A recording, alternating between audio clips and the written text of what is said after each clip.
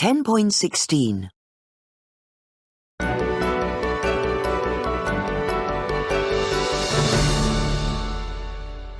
Welcome to today's programme.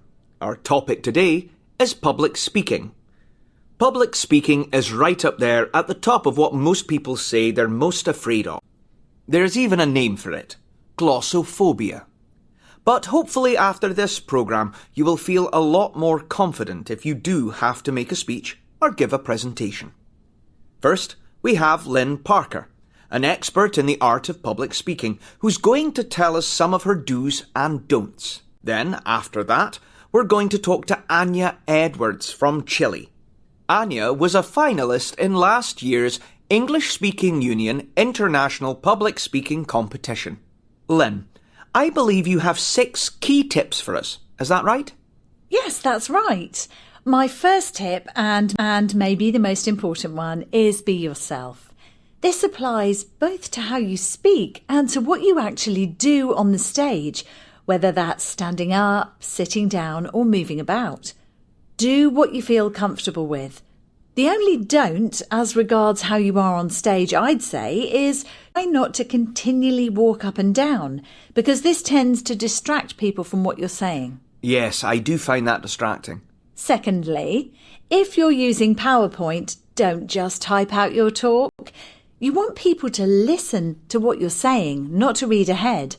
Slides are best for illustrating your talk or for drawing attention to a point.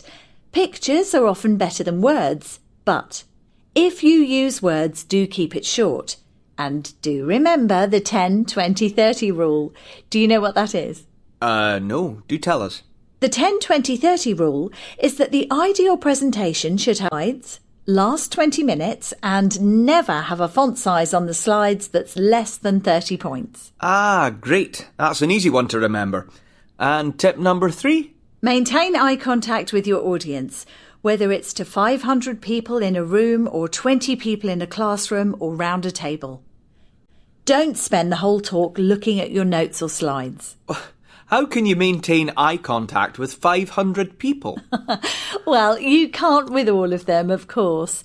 But a good technique is to scan the audience occasionally from side to side and front to back to give the impression you're talking to everyone. Number 4? Rehearse, rehearse, rehearse. In front of a mirror, or even better, video yourself. It will make you aware of how you use your hands and body, and even what clothes look right. Number 5? Include a couple of good sound bites. Whenever you hear something good, write it down, as you might be able to use it later. So, sound bites rather than stories or examples? Well, no, not instead of. A good story or example can also help to illustrate a situation, or help people to remember the point you were making. Just don't make it too long. And if you're telling a little story, remember good stories have a beginning, a middle, and an end. And your last point? Listen to other speakers. There are lots of good resources online, such as TED Talks and The Moth, which is a great storytelling website. Also, listen to people talking when you are out and about. For example, travelling on public transport or queuing up in the supermarket. You never know what witty remarks or good stories you might pick up along the way. Thank you very much, Lynn.